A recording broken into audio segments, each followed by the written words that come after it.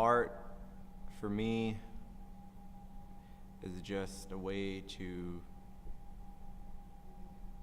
visualize my experiences throughout the world.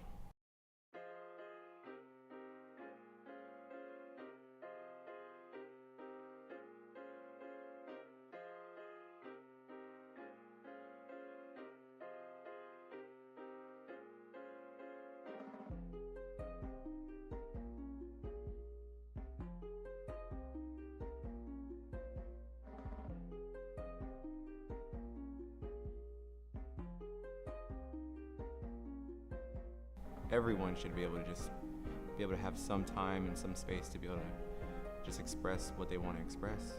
It's more of like, let me go ahead and filter out all the noise. Let me try and, like, if I'm working on work, it's my time to try and understand what's around me or what I'm experiencing at that time. So it's kind of like, it's disconnecting and putting something out, or creating something and putting something out in the world. Whatever's going on, whatever kind of mood I'm in, that's the kind of mood I'm gonna bring into the studio when I'm working. A lot of the process, it depends on what I'm working in. Like, if I'm gonna do a sculpture, I'm gonna think in a different thought process than if I'm gonna do a painting. Well, they're two different mediums, and they're two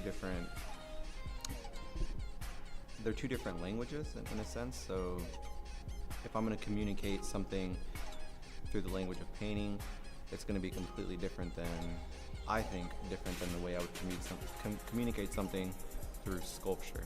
If I work on sculpture, I'm taking something usually that's existing in the world already, kind of reformatting it, putting it in a different context, providing the viewer with a new experience of that object. So I work a lot out of my notebook, just to kind of get some type of visualization of what's going on in my head. I like to look around and just kind of see what's going on in the art world right now.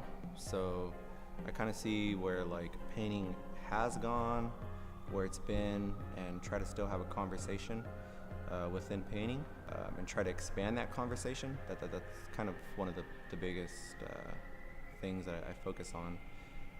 So yeah, it'll start off in the notebook, and then I'll just pretty much come into the studio. I like to work really fast. I like to just kind of come in, and if I'm doing, let's say, like a painting, an abstract painting, I'll just go ahead and start applying paint. It's more like action first, and then everything else, like color, line, all that kind of stuff, and what the composition is going to be, kind of all comes secondary.